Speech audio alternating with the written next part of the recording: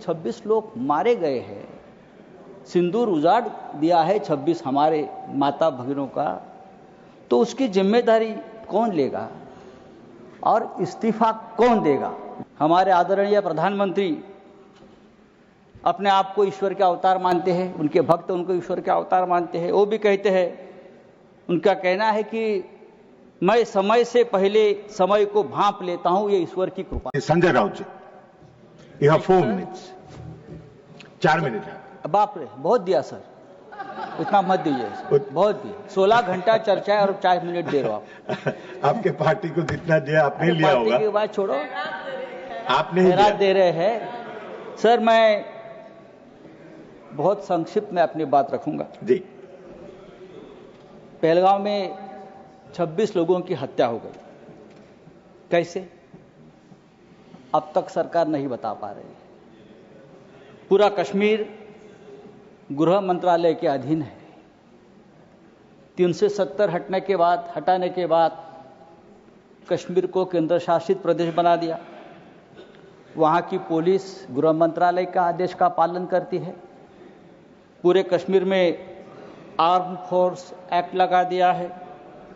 वहां के गवर्नर भी आपके हैं, बहुत मजबूत आदमी है। फिर भी हमला हुआ और हमलावर निकल गए।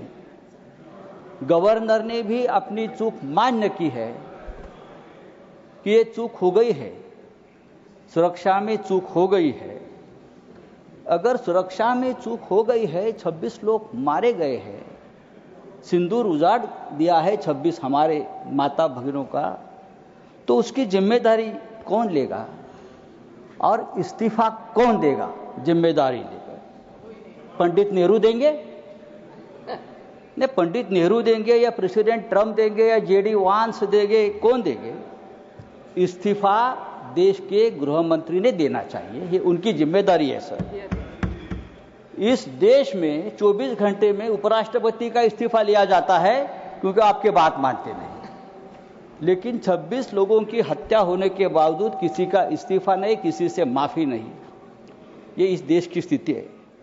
हमारे आदरणीय प्रधानमंत्री अपने आप को ईश्वर के अवतार मानते हैं, उनके भक्त उनको ईश्वर के अवतार मानते हैं। वो भी कहते हैं, उनका कहना है कि मैं समय से पहले समय को भांप लेता हूं, ये ईश्वर की कृपा है। तो क्या ये आतंकवादी पहलगांव में घुसकर 26 लोगों को मारने आने वाले हैं? ये आपने क्यों भाप नहीं लिया? ये हमारे सामने और देश के सामने सबसे बड़ा सवाल है। मैं कांग्रेस के हमारे जो नेता है उनसे कहना चाहता हूं, मेरे बाजू में बैठे हैं, यहां कल से मैं जो बड़े बड़े भाषण सुन रहा हूं, चाहे राजनाथ सिंह जी हो, चाहे हमारे विदेश मंत्री हो, चाहे नड्डा जी हो, सबको पंडित नेहरू की बहुत याद आती है। पंडित नेहरू हो, सरदार पटेल हो, भूतकाल में बहुत घूमते हैं आप लोग। पंडित नेहरू उन्हें सोने भी नहीं देते और जीने भी नहीं देते।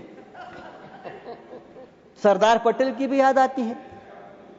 मेरा एक कहना है कि नेहरू तो महान थे, लेकिन सरदार पटेल को प्रधानमंत्री न बनाकर हमने एक ऐतिहासिक भूल की है।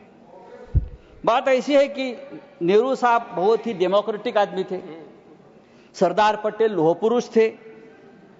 अगर सरदार पटेल ऐसे नेता थे जिसने पहली बार आरएसएस पर प्रतिबंध लगाया था। अगर सरदार पटेल जीवित होते और 10 साल, तो ये लोग आज सामने दिखते भी नहीं।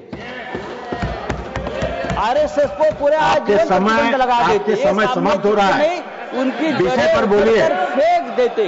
समय समाप्त हो रहा है, विषय पर बोलिए। तो आपको पंडित नेहरू का आभार मानना चाहिए कि पंडित नेहरू की वजह से आप यहां बैठे हैं, राज कर रहे हो। ये पंडित नेहरू की मेहरबानी है। अगर सरदार पटेल प्रधानमंत्री होते तो आज आप हमारे सामने सत्ता में हो या देश में दिखते नहीं, उखाड़ कर फेंक देते। सर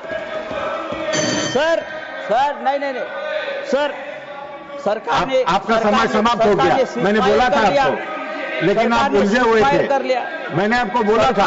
सरकार बोल रही है समय समाप्त हो गया आपका। हमारे सामने। अब मैं नेक्स्ट स्पीकर बुलाऊंगा।